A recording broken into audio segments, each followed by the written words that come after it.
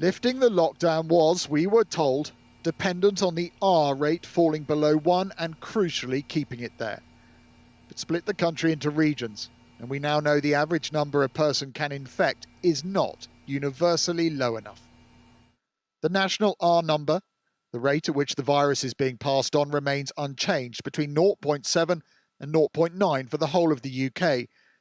But new estimates suggest that some regions are higher than that, with 1 in the southwest and 1.01 in the northwest. The government concede this is a cause for concern. There is a challenge in the northwest of England that we need to address, and to a lesser degree in the southwest of England, where the issue is slightly different, which is in the southwest, the overall incidence of the disease is much lower, but the R, as in the rate of change of that, is a little bit higher than elsewhere in the UK. Exposing the regional figures has prompted a furious response in the northwest.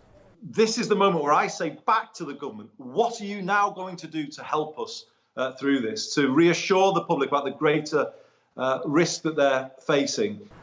In the southwest, this A&E is still closed and no new patients are being admitted after a COVID outbreak. Western General Hospital exemplifies how infection can flare up, and when it does, the need for quick local reaction for public protection.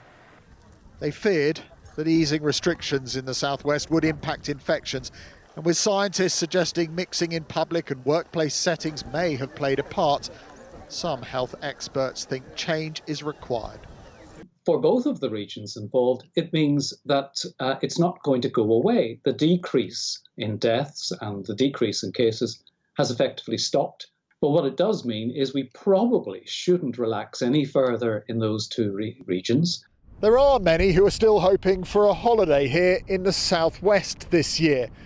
Whether that will happen depends on easing restrictions, and that is a political decision. With the reproduction rate still high, though, it's a decision right now that would be hard to justify. Overall, the COVID picture is improving. And even where anxiety levels are heightened, the number of cases are, for the most part, going the right way. Rupert Evelyn, News at 10, Western Superman.